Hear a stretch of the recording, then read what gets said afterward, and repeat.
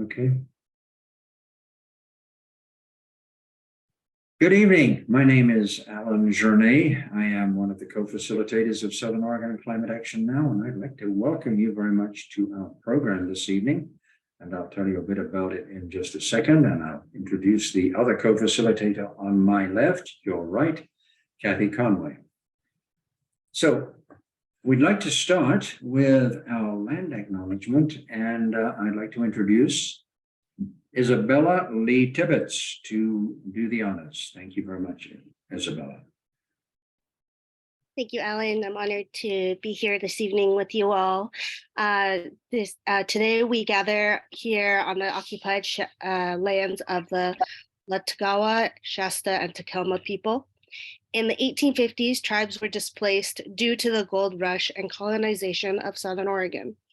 This brought war, starvation, genocide, and an erasure of the local tribes. In 1853, the Rogue River Treaty was signed, where 3 tribes were forced to cede their land of the upper Rogue Valley and relocate to temporary reservations, the closest one being located at Table Rock. We recognize that we are on stolen land and will work to protect our community, the climate, and environment for future generations. Oregon is home to 9 federally recognized tribes. However, there are many more that do not hold this status. We hope that with this land acknowledgement, you will research the land you reside on, work with us to honor the original caretakers, and to protect our environment and community in the work we are doing. Thank you very much indeed, Bella. Just a quick couple of tips. Please mute yourself now and stay muted for the program. Questions will be asked and answered at the end of the program. So if you have a question as we're going through, please open the chat, which is at the bottom of your screen, type your question in and hit return, and it'll appear on the side of your screen. For many years, SOCAN had a government group that focused predominantly on issues at the state and federal level, but occasionally forayed into county and city issues. While reflecting the importance of state and federal issues, we finally realized that this shortchanged county, city, and community action. Thus, a couple of years ago, we divided the government effort into a federal and state project team, continuing that focus, and established a county and city project team. Realizing then that such a name overlooked unincorporated community activities, we changed it to the regional and local project team. We have invited each of the current local action teams to provide a short summary tonight of what they are doing. And that's where we're starting in just a moment. Here's the meeting format. We'll have a series of presentations followed by a Q&A at the end. And then Kathy will jump in at the end and do a summary of SOCAN and other group activities.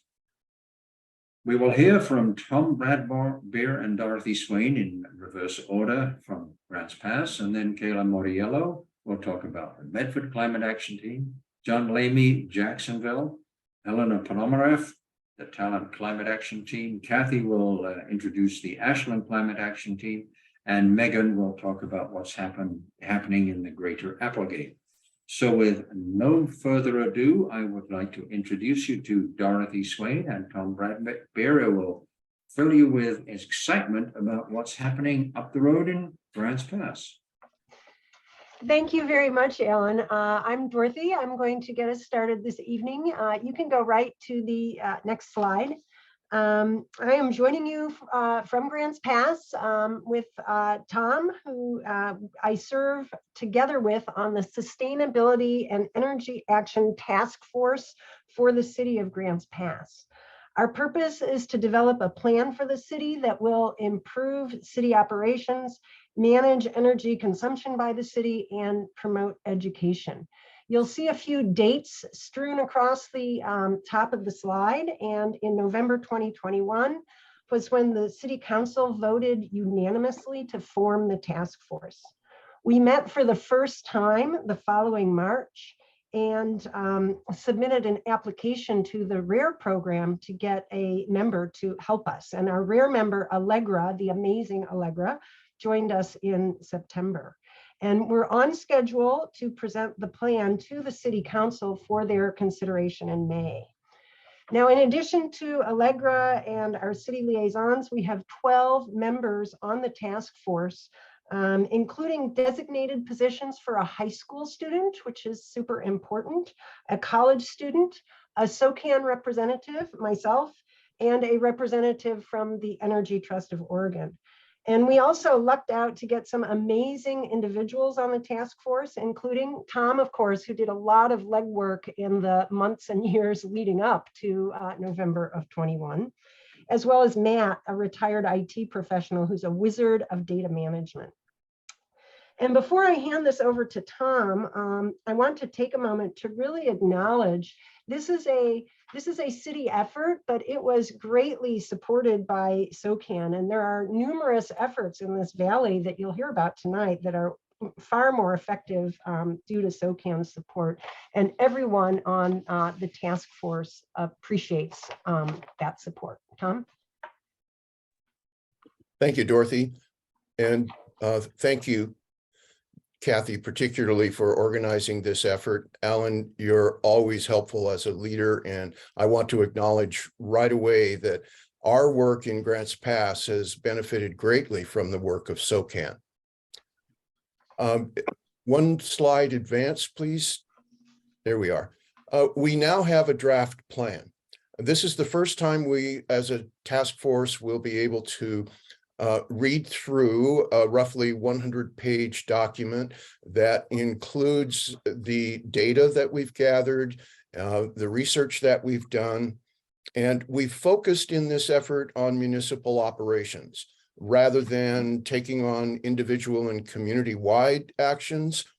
The focus has really enabled the task force to take a deep dive into city activities, and we're developing recommendations for the council based on that data and the analysis that has been done. As Dorothy described, the support of our process by the RARE AmeriCorps position has been excellent.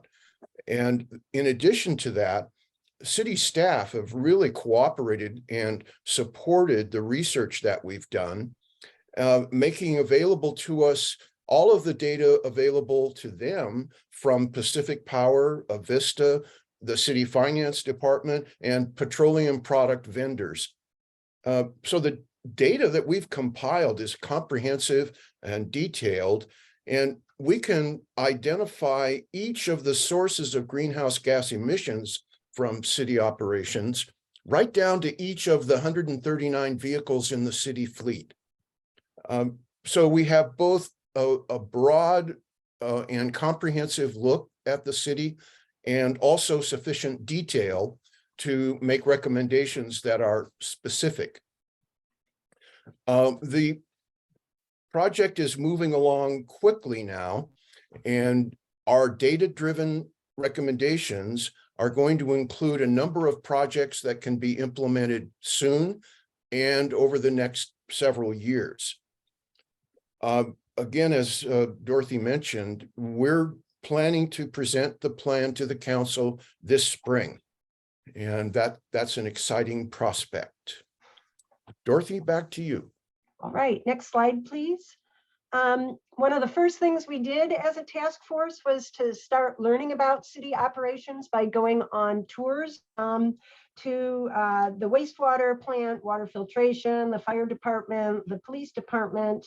And we also hosted a panel discussion with representatives from Oregon Department of Energy, Avista, Pacific Power, and the Energy Trust of Oregon.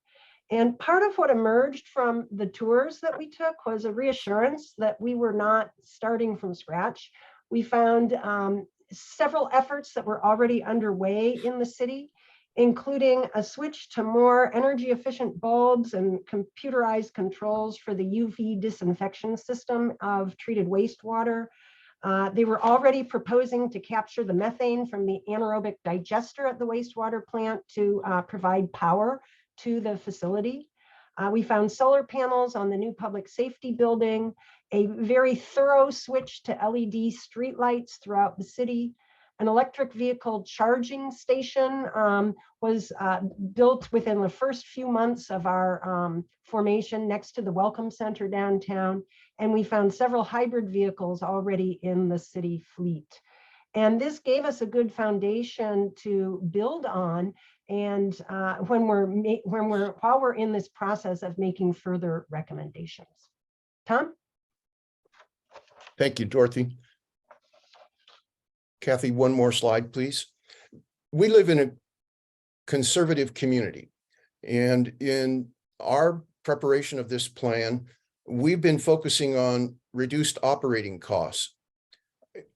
That seems to resonate with members of the council who are interested in efficiency and reducing cost. And so in every case where we have proposed projects, we've attempted to show how long-term costs for the operation of the city can be reduced. We have many different suggestions in the plan, and I don't want to go through all of them. We don't have time. I would like to just mention quickly that the vehicle fleet of 139 vehicles is the third most important or a major source of greenhouse gas emissions for the city. And we've analyzed all 139 of them from the standpoint of their fuel efficiency and their greenhouse gas emissions. And what we found is that over an assumed life of 100,000 miles, battery electric vehicles that are available on the market now will save $30,000 to $35,000 in operating costs over their life. That is a very important kind of recommendation to the city council that is much more interested in reducing costs than other worthy objectives. In addition, there is a budget that takes care of the vehicle replacement process, spending over $1 million a year on vehicles for the city. Our proposal is to use about half of that, starting in 2025, to begin acquiring battery electric vehicles.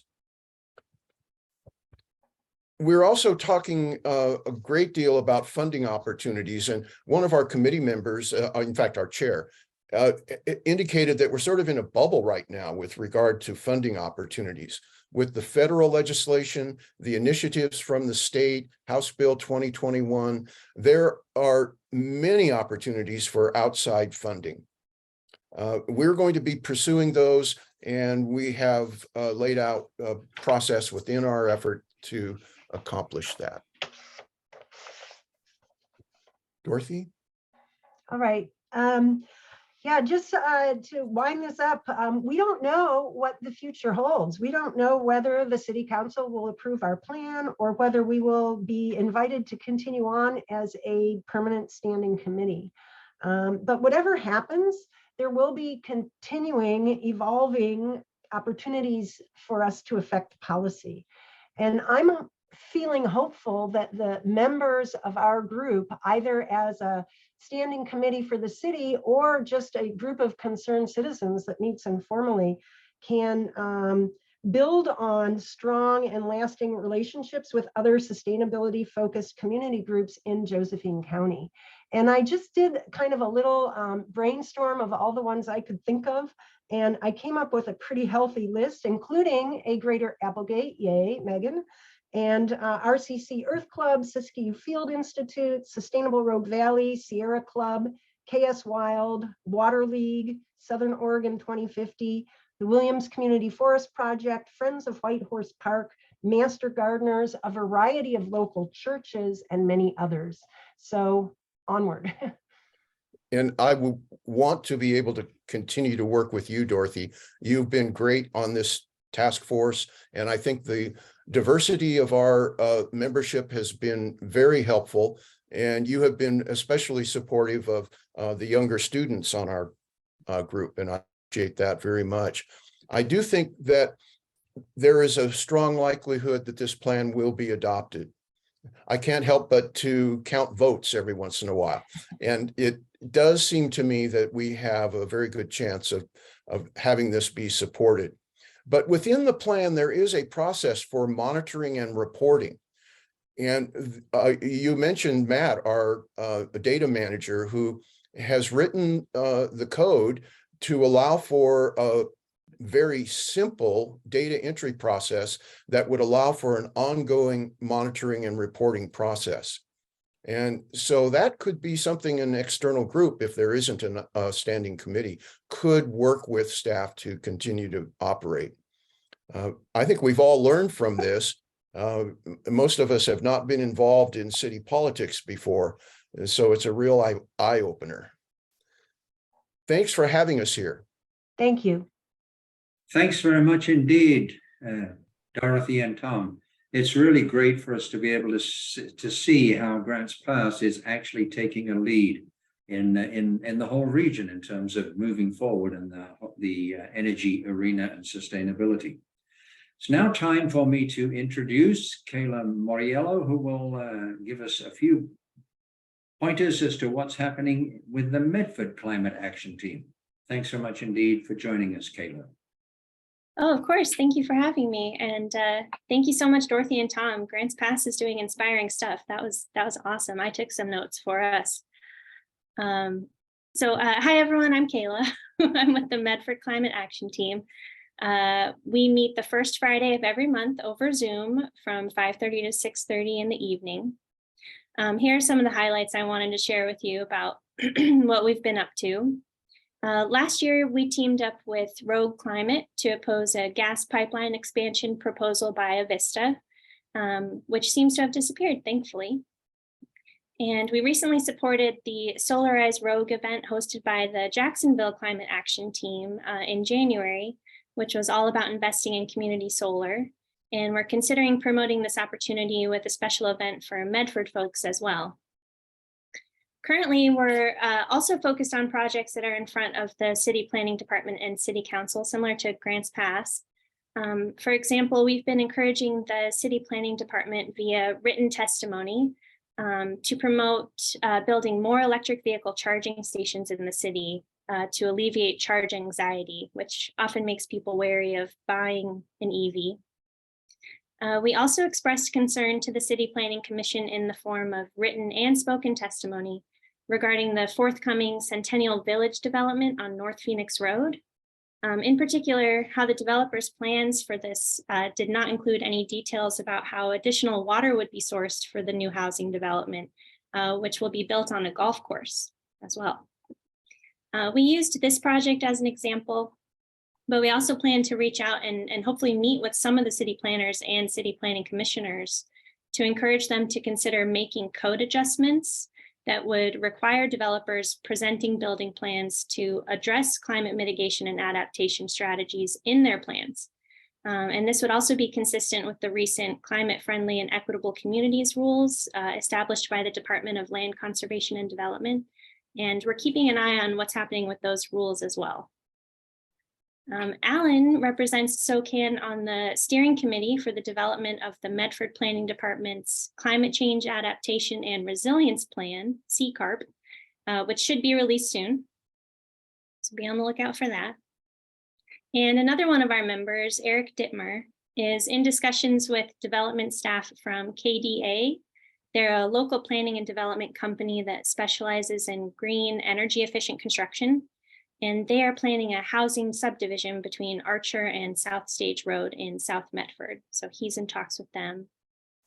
And personally, I just wanted to share that being part of the Medford Climate Action Team has helped me learn a lot more about how climate change impacts every single area of our lives. But it's also given me more confidence to speak up and get involved. For example, I gave spoken testimony for the first time ever in front of the City Planning Commission meeting about the Centennial Village development and advocated for the commissioners to consider how this new development would impact our already threatened water supply. So it's been an awesome experience for me. I highly encourage anyone interested to get involved. And to wrap up, I just want to share that our next meeting is this Friday, March 3rd. On Zoom from 5:30 to 6:30. And we'll be discussing what else we'd like to focus on in 2023. So new team members are particularly encouraged to join and share their ideas. Thank you. Okay, thanks very much indeed, Kayla. That was great. It's nice to know that there are things going on in Medford and that we're engaged. Now it's time for it. The way we organize this, in case you're not following it, is north to south. So we're moving now to Jacksonville, which on the map is about 1/4 of an inch below Medford. So John Lamy is going to tell us what's happening in Jacksonville. Thanks very much indeed, John. Thank you, Alan. Pleased to speak on behalf of Jacksonville. We started about a year ago. We have a total of somewhere around 8 people that come to our meetings, and the meetings are once a month in person in the Jacksonville Library. A nice little place to meet. Our first big outing was something that Kayla just referred to. We had Ray Sanchez Pescador speak at the library on the subject of community solar, which means if you have a roof that doesn't work or you're a renter, you can be part of a big solar farm and kind of do it that way. Well, it was a massive success. Our little town has about 3,000 people. We had 30 guests show up. Ray did a great job. There were lots of questions and answers and discussion. So I think of that as a huge success. Now, Kayla just pointed out that some folks from Medford were here as well, so didn't know who was from where. But Kayla, if you guys want to do one, I'm on the board of Solarize Road, so we can certainly accommodate you and do that. Another smaller success that we've had is a monthly article in our local paper. We have a local monthly Jacksonville Review, and we've had a total of 8 articles so far every month. Gary and Marie Gilbreth wrote one of them, and I've written the rest of them. We run them by Alan, and he kind of sprinkles holy water on them. But that's been satisfying, and people seem to like them. Beyond that, just in the spirit that both Kayla and the others, Tom and Dorothy talked about, we've been just trying to get to know our community better. We met with the water people from Medford because we're on the Medford water supply. We took a shot at making our little diesel trolley, our little tourist thing, electric. A la Grants Pass has 4 electric buses. So I met with a guy up there that does great things. It's not in the cards. It was a monumental failure. So you got a few of those as well. We've met with Firewise, the lady with Firewise, and then recently with the city council, just beginning to explore possibilities there. Solar thing, putting solar in the Brit. People love the Brit. And then again, something that I think Kayla mentioned is EV chargers, that idea. So we're just exploring all that. So that's kind of where we're at. I just say I'm proud to be part of that little team. It's fun to be advocating for something positive and something life-oriented and sustainable. So that's it for Jacksonville. Okay, thanks very much indeed, John. Really appreciate it. And again, it's great to know stuff is happening in Jacksonville, and appreciate the team that's working on it. We're now going to move to Eleanor Ponomarev, who's going to talk to us about the SOCAN Climate Action Team, which has recently launched. Awesome. Thank you so much, Alan. Can you hear me? Okay, great. Yeah, so we are new. The SOCAN talent team, as we had our first meeting in January and just had our second meeting. But as a community and as a city, we are building on a great deal of achievement. So we're carrying the torch forward. Next slide, please. You can see on the right some of the great partners that we worked with over the years. As far as policy, we have achieved about 5 years ago, we completed our Clean Energy Action Plan. And in 2019, we adopted that plan into the city's comprehensive plan. And for folks who don't know, the comprehensive plan is one of the city's guiding documents, and it can be the basis for policy decisions, ordinances, resolutions, and the like, as well as land use decisions. Next slide, please. On a practical level, we also tried to get solar panels wherever we can. Talent can boast having a solar panel, community solar project, courtesy of Solarize Rogue, on the Oregon Shakespeare Festival building there on Talon Avenue. We also managed to get solar panels on our community center, and we are working towards putting panels in the Bark Park, which is our dog park, and that would be used to help energize, give electricity to the police department, which is right nearby. And we are always on the lookout to add more EV stations to our town. Next slide, please. And we also were the second bee city, and our garden club is always trying to create more pollinator gardens in our communities. Next slide. And then it just seems like I'm just bragging before I get to what we're doing, but there's a lot. And then a couple of years ago, we relaunched the Urban Forestry Committee, which is now working on their master plan. I think a lot of you know the fire that the Alameda fire took about 1/3 of our town in 2020, and also about 30% of our tree canopy was destroyed. So we're trying to get that back. Next slide, please. So our team, we've met a couple of times, and we've kind of settled in 3 particular interest areas or interest groups. Next slide, please. The first one is understandably fire hazard mitigation. And this group wants to make the city of Talent more resilient in the face of the next disaster. What reports have said is that the fire probably would not have been as hot and burned as quickly if there hadn't been invasive vegetation like blackberries that had gotten out of control. So this team is looking towards nature-based solutions and helping to educate and mobilize folks on the local level. Next slide, please. The second group is Electrify Talent. And this group is talking about ways to educate the community, such as spreading the word about induction stoves as opposed to gas stoves, and to hold the city accountable in terms of electrifying our city buildings, and also to push for policy changes that would ensure that buildings are 100% electric. Next slide, please. And the final group is multimodal transportation. And this group is all about helping folks travel without having to use their cars. A lot of interest in bikes. Increasing bike ridership means teaching people how to take care of their bikes, making it easier for you to use your bike and get around. Another idea, and this is kind of came out of the COVID area, is to close the street for maybe one weekend morning every month, and people get used to milling around, walking around, and feeling very safe because cars aren't allowed in one of the main streets in the downtown. And also perhaps getting businesses involved, maybe providing a discount to walkers and cyclers at their establishments on special days. Next slide. And that is as far as we've gotten so far in Talent.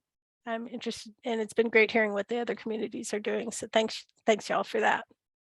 Thanks very much indeed, Eleanor. And one of the themes that I can see as developing, and we didn't know what was going to happen as we went through this, is the way in which the action teams are not trying to force their way into the communities, but are trying to build on what communities are already doing. And as Eleanor just illustrated, what the Talent Climate Action Team is doing is really building on what's been going on in Talent for a long time. Eleanor didn't mention she's on the city council, so Eleanor has a lot of responsibility for all of the good things that have been happening in Talent over the years. I think we're going to see that theme continued as we now move to Ashland, and Kathy Conway is going to talk about the newly forming Ashland Climate Action Team. So SOCAN has had a presence in Ashland for, well, since it started. And the last year or so, we have not had an action team. So we're in the process of rebuilding. And it comes at a good time with things that are happening in Ashland. So Ashland in 2017, the council passed the Climate, Energy, and Action Plan, and SOCAN was a big part of we had members on the team developing it and being there to support it as that was passed. After that time, Ashland developed the Climate Policy Commission and a Conservation and Climate Outreach Commission. And these two commissions worked on different aspects of trying to meet what was spelled out in the CEAP, the Climate, Energy, and Action Plan. And now things are changing a little bit. So those, Ashland's moving away from as many commissions. And so those commissions are no longer in place, but instead a Climate and Environment Policy Advisory Committee has been formed. And if you live in Ashland, they, last I was told, are still looking for some members to work on this advisory committee. And so if you're interested, contact me and I can give you the details. But we're excited about having this committee that we're hopeful is really going to do some things to move the CEAP ahead. Additionally, Ashland is hiring a new climate policy analyst. And this person, I keep watching the news. As far as I know, they haven't been named yet, but they're supposed to be starting very soon in March. So we're looking forward to having this person on board and working with this person to help support what Ashland can do. So with that in mind, and these last two pieces are what we're waiting for, we're planning that we're going to have the first meeting of a newly formed Ashland Climate Action Team in March. So I'll show you in a little bit how to contact people from any of these groups. But if you're interested in helping organize that or just being part of that meeting, make sure that I know so that you'll be included on that list. So next we're going to move to the Applegate. Now, Alan said we were going north to south, and we're kind of breaking the mold here. But I think Megan will explain why we're now going to the Applegate with some incredibly exciting things that are happening there. So go ahead. Thanks, Kathy. Hi, everybody. I'm Megan Fairman. I'm a co-executive director at a Greater Applegate in the Applegate Valley. And as you might expect, things are a little different out here. And we are a nonprofit. A Greater Applegate is a nonprofit that is working on multiple dimensions of how to sustain and enhance our social, environmental, and economic vitality of our rural community. So we are, oh, next slide, please. The Applegate Valley is 500 square miles. I'm sure many of you are familiar with it. And it runs from basically Murphy to the Jacksonville Hill. So we're sort of the connector between some of the folks that you've heard about tonight. But as we're also very different because we don't have any jurisdictions besides the counties, right? We don't have any incorporated cities or towns. So we have no tax base or city to work with on any of these issues. In fact, the Applegate is sort of loosely governed by two states because part of it runs into Northern California, as you can see there. 3 counties with Siskiyou County, Josephine County, and Jackson County. We have 2 school districts, of course, with 3 Rivers and Medford. And so our identity is fairly complex, and it challenges how we can actually influence local regulations and public services, among other things. But what we've been doing in the Applegate Valley is working on building our communities so that we can create the future that we'd like to see. And we're doing this through the community building methodology of making connections, increasing our capacity, having a culture that is invested in community building and community-led action. So some similar themes to what you've been hearing from other folks tonight. And the way that we've done this is through the Applegate Valley vision. So you can show the next slide, Kathy. And this has been a 3-year process. We did a whole series of listening sessions throughout the Applegate, 15 neighborhood listening sessions. We talked with our nonprofits, we talked with our businesses, our Latinx community, our youth, our food and farmers, among others. And we consolidated all the data into an Applegate Valley vision plan. We presented that vision back to the community last summer and actually wrote it up and got it out in the world in September of 2022. And basically, next slide, please. The whole plan, I think, is sort of how we might go about sustainable and resilient rural communities that help protect all these things that you see in this word cloud. So this comes from all the things that Applegaters love and want to cherish and protect and honor as we move forward. And as you can see, climate's important in every single one of those, as far as our rivers, our biodiversity, our neighbors, our food, and outdoor activities. All these things are influenced by climate. Next slide. So the plan itself is organized into these 5 major focus areas that you can see in the inner circle there. And then there's 25 major goal areas.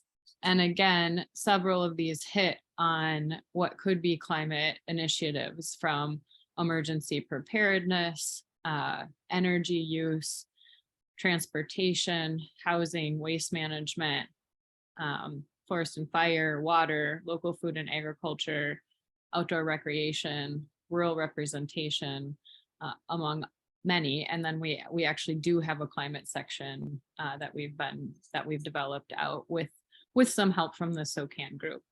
Next slide. So we're sort of starting from scratch. We don't have a climate action team yet, though that is one of our goals here, a strategy 4.5A.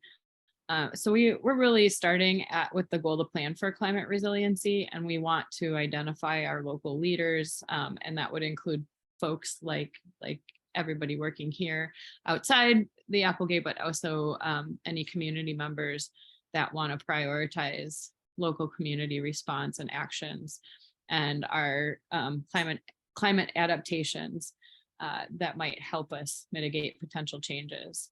So we are looking to form a climate action team in the Applegate. I don't know if anybody on the call tonight is living out here, but if you're interested, please let me know. Or if you know somebody who might want to, you can get in touch. And then if you go to the next slide, again, in our whole entire vision, Applegate Valley vision is around prioritizing local community response actions and those community-driven initiatives. So we can see things that have been exemplified in other places might work out here too, as far as encouraging strategies for mitigating carbon and adaptation of carbon reduction tactics and energy efficiency education. We are talking with some community members who want to do a community water security event and a community energy security event, hopefully in 2023. So, that would include some of these mitigation and adaptation strategies. We have, through the listening sessions, we have developed neighborhood networks and started a mutual aid program during the pandemic. And so these are also things that we could really put some time and energy into. A lot of our neighborhoods are interested in forming phone trees for emergency purposes and otherwise, if they haven't already. and we're doing some information and tool sharing across neighborhoods. And when I say neighborhoods, if you're familiar with the Applegate, it's more like drainage basins. So the things like Little Applegate and Humbug Creek and Thompson Creek, North Applegate, those are what we mean by neighborhoods. So there's actually substantial amounts of people living back in all these places. We also have folks in our community that are doing a lot of work around climate grief. And so last summer, we hosted a movie night at Red Lily Vineyard that was about climate grief happening around the world, different instances of climate emergency and disasters that had happened and how people were reacting to them. And then we had discussions after the movie with folks to create the space and for people to talk about their grieving process. So, and there's a few community members who actually have done some community grief training, and that is a place that we think we could do some work out here as well. And then of course, because we don't have any of those we don't have a city council or anything like that, we really need to figure out how to advocate to the counties and other state agencies like the Oregon Department of Transportation. You know, Highway 238 is a major highway, has no public transportation options. There's no multi-use or multimodal forms of transportation really that are supported anywhere in the Applegate. So we'd really like to look at walking and bike paths in certain areas, particularly around the schools, but also how to make Highway 238 more accessible and safer. And then last slide or next slide. You know, the other possibility is to initiate a community analysis on the impact of potential climate change. And this is really looking at, you know, how our agriculture and forestry might be affected, which is the majority of our land out here. You know, how we might be able to get people interested in renewables, energy efficiency, and off-grid capabilities, which we have a decent amount of folks doing already. And you know, what other kind of infrastructure that we might need to anticipate with events, and that could be a resilience hub with the school or the fire station, or if we ever get a community center. These are the types of things that we're looking at. So last slide, we do have working groups that are forming on various topics in the Applegate Valley Vision and also community action teams. And we're hoping again that a climate action team will form out here. We're doing neighborhood potlucks and projects to bring people together so that they can talk about these things within their hyper local space. We have a business and nonprofit network that also looking at local support, and Applegate Valley Connect, which is a community calendar and has a space for local stories and projects, and would love to feature some of the work people are doing out here. So if anybody has any questions, can feel free to reach out. Thanks. Thanks, Megan. What we're going to do next is go to questions. And if you have a question for any of these people, if you could put it in the chat, that helps us move things along more quickly. Let me see, I'm going to stop sharing while we do this. So we have one question. This one's for Eleanor from Alan Hallmark. If voters pass the urban renewal measure in the May election, will some of that money go to talent action teams projects? Yeah, Good thanks for that question. Thanks for that question, Alan. Right, so just a little bit of background, talent urban renewal that you may have read about in the news going back a couple of years. It was originally proposed, we've been working on it for a couple of years, but last year, and there was a lot of pushback from the other taxing districts who felt that by using this type of funding after there had been a dip in property taxes due to the fire, essentially, would be a hardship. So we have scaled back the council scaled back that plan a couple of years, and now it's a much smaller plan, much more modest plan than it was before. So it's about $17 million spread over 20 years is what it would raise. And there's basically 4 areas where the money would be invested. And one of those would be affordable housing, also infrastructure to help support the increased density that we're experiencing on the rebuild, which is all in all a good thing. Helping small businesses who haven't come back yet.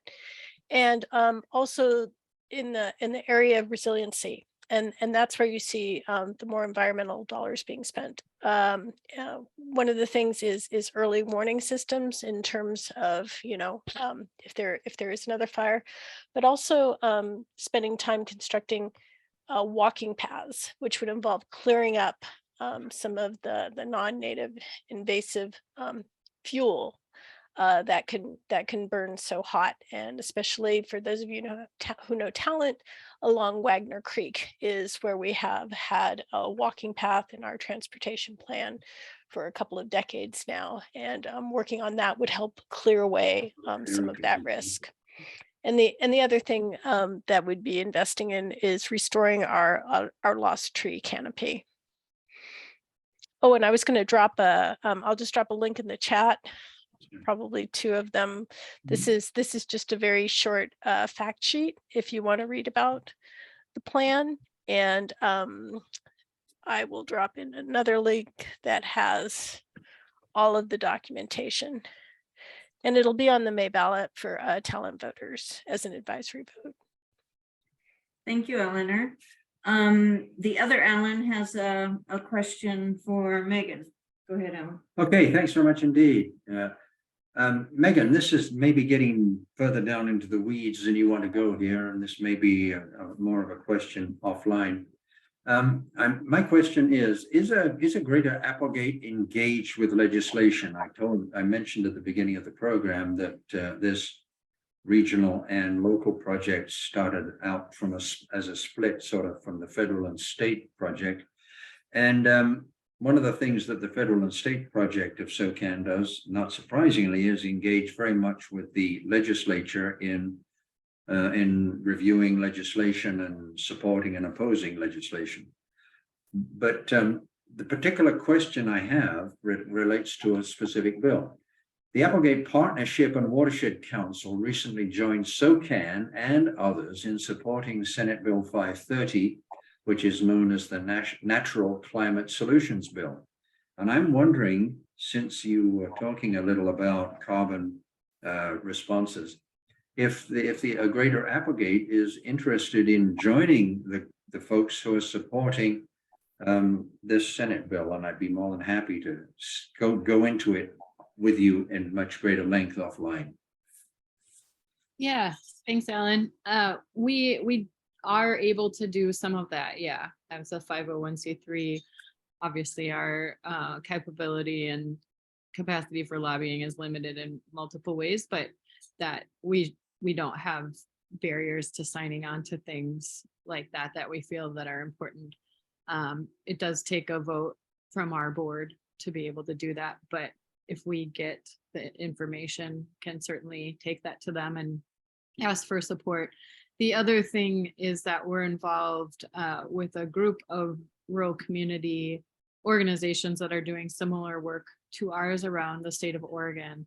And one of the things we've been talking about with that group is how to create that rural representation and rural voice and do so more effectively with, you know, the power of more communities kind of joining together. So it's possible that we could also work with some of these other folks in other places to kind of elevate an issue as well.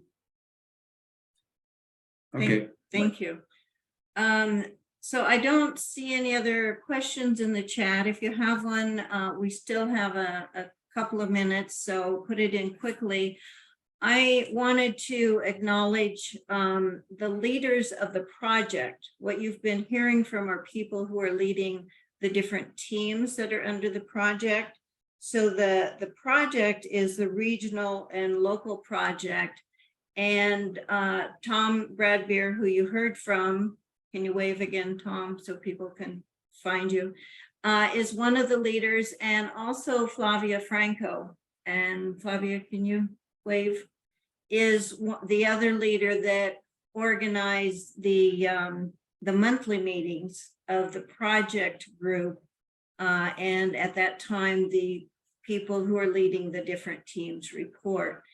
And I'd like to also acknowledge Lori Kaplan, who's on the call tonight, who was instrumental in starting this when it was the county city project. And we're really excited about what this does because it helps pull our valley together. So people know what's going on throughout the valley, and we can learn from what the different communities are doing and complement what's going on. So I personally feel very strongly that this is an excellent project for SOCAN to be involved in. We have a question about the land use impact on the urban heat island. What will that be? I think that question needs to be clarified. I don't understand the question. Joseph, could you clarify what you mean by what you're asking? Yes, I'm wondering what the urban heat island impacts with the land use in the valley, specifically the Grand Terrace on the north side of Ashland. It's on a hillside. It's the land use is being I don't know, proposed to increase over time. The ballots have increasingly sought to increase growth and expansion. So we're not doing much in Ashland yet, but I've just made a note of that. Eleanor, when we heard the last presentation from Mike Oxendine, did he not talk about the idea of the heat island? Yeah, He did, and I think he was what he was showing us is that there is technology now that can measure that. There's all sorts of GIS technology that's really great at measuring things like that, impermeable surfaces, which are concerns around flooding. You can even see solar panels and all of that. As far as what we're trying to do in Talent is really just increase shade. I mean, the way to combat the heat island effect is to increase shade and to grow the right trees, native trees, resilient trees, and to create spaces to plant them, which one of the things that's really nice about Ashland is, if you notice 99, you've got trees there on Siskiyou Boulevard that are really nice. So that was my takeaway from Mike Oxendine's thing. Great, there's great GIS tools to actually measure these things more accurately, and because if you can measure it, you can make it a goal. And so cities can say, we want to have this amount of canopy to help reduce the heat island effect. So that's that's exciting. Just to clarify, folks may not immediately identify what the heat island effect is, and it very simply is an urban effect that results from the fact that concrete buildings and tarmac and roads absorb the incoming radiation from the sun, turn it into heat, and so they become tremendous heat islands, whereas natural communities with plants and an abundance of water are generally not as hot. And everybody probably experiences this as soon as you walk out of the city into the countryside, particularly into the forest, it's autumn, immediately cooler and moisture. And the heat island effect is the problem that Eleanor is talking about solving by planting trees and getting a canopy. So I think at this point we will transition to the information coming from SOCAN and other groups. But before I do that, I want to thank our presenters tonight. We were really concerned about so many people and getting it all together, and they all did such an excellent job of preparing and sharing, and just thank you so much. I think this was very effective, what you were able to share. My task is to show you a few things about what's going on and encourage you to get involved.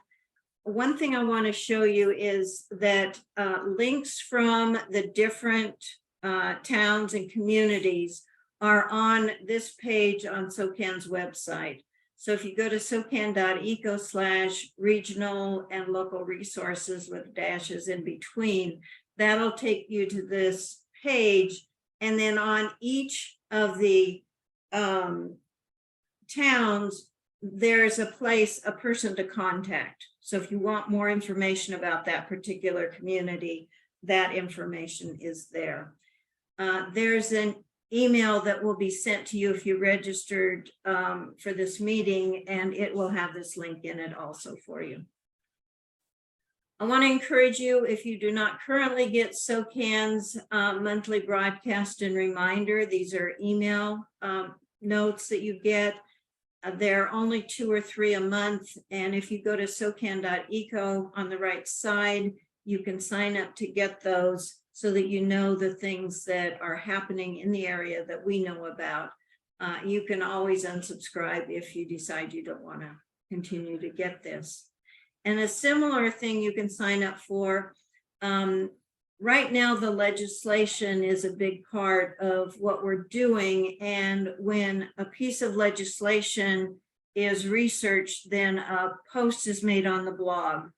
If you want to know when those are made, if you go to socan.eco/blog, then there's a place where you can sign up. You get an email anytime something is posted on the blog. And those are not, you're not going to be inundated with emails, but if you're interested in knowing that. I'm going to share now what's on the SOCAN calendar. And if you miss details of anything I mentioned, if you go to socan.eco/events, you'll find the details there. So SOCAN has 5 different program areas: the government, natural resources, community engagement, education, and transportation program. So those programs have projects, and under the government program, what you've been hearing about tonight is the regional and local project. That has its monthly meeting on Thursday, March 23rd at 1. That's on Zoom. If you are interested, that's where all the groups report about what they're doing. And it's all of SOCAN's meetings are open meetings to anybody who's interested. So you can go to the calendar and get that link if you're interested in joining us. Now, the project teams, the climate action teams, I should say, some of those have meetings scheduled. The Medford group, like Kayla said, is on this Friday, March 3rd. That's on Zoom. The Jacksonville meeting is at the Jacksonville Library in person, and that's on March 20th. The talent team will be meeting in March. The date hasn't been identified yet. And the Ashland team, we're kind of waiting for the new person to appear, and then we will schedule that meeting hopefully in March. The other groups don't have meetings scheduled, but if you go to the page with the resources, you can contact any of the other team leaders and find out more about what they're doing and how you might work with them. Yes. And the other thing is, if you are not in a community that has a climate action team, we've started 2 this year, so we're open to starting new teams if there are people who want to help organize those. So we invite you to speak up, and we'll definitely work with you to get a team going. Federal and state project, the other project within the government program, will meet on March 13th, and that's a Zoom meeting, and the information is in the calendar. Natural resources program has a forest and fire project, and that group will meet on Thursday, March 16th, 7 to 8 p.m. and that's a Zoom meeting. Sustaining Climate Activists is a group, a support group for people who are involved in climate action. The next meeting will be March 25th. We've just started hybrids, so some of the people will be at a location together, and we haven't identified that yet for March. And then the Zoom option is available, and that link is on the calendar. SOCAN's March monthly meeting, so we always meet the last Tuesday of the month, is on the food waste and the climate crisis, what to know and what to do. So this will be on March 28th at 6 p.m. This will be a Zoom meeting, and that link is on the calendar. And also registration is required for meetings, like you probably know, monthly meetings, and that link is there also. Under the community engagement idea and an extension of our meeting in March, we're preparing for Food Waste Prevention Week in April. And Flavia Franco is doing the lead on that. If you have questions, her email is flavia@socan.eco. Looking for people who might want to participate in this from different communities in the Rogue Valley. And we will be adding more information as we get closer to that time. I also want to call to your attention Earth Days that are coming up in April. And this is a time for people to get engaged if they are interested. The Rogue Community College Earth Days are going to be on April 21st, and that'll be at both the campus in Medford and Grants Pass from 11 to 1. We're looking for people who would like to work at the table, and if you feel like you don't know enough, we'll always have someone with you to help. So when you have questions asked that you can't answer, there's help there for you. The Earth Day extravaganza is Friday the 21st, same day, but in the afternoon, evening. It's at the farm at SOU, and this will be the one that replaces the Rogue Valley Earth Day that has happened in Ashland for years. So SOCAN would like to have booths at these, and we're looking for volunteers. If you're interested, please email me. If you want to help with planning or actually be there, let me know. There are other SOCAN projects that don't have meetings scheduled. These are all on the website. If you're interested, the contact person is also on the website. So these are other projects that are ongoing.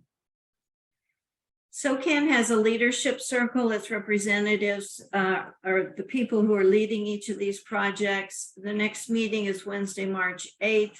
Anybody's invited to come and see what we're doing.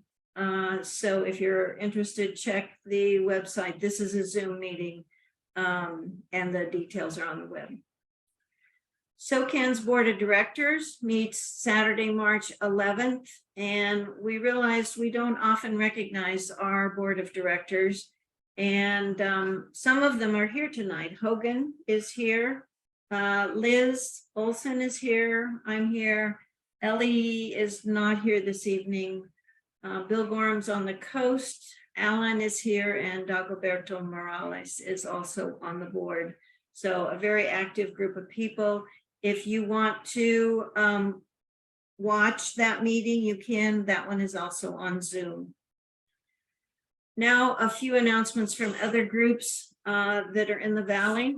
So the Pollinator Project Rogue Valley is having food plants for butterflies, part 1, on Sunday, March 5th. And this one needs a ticket, but if you go to Pollinator Project on Facebook, you'll see the details on what you need to do. It's at the Talent Library.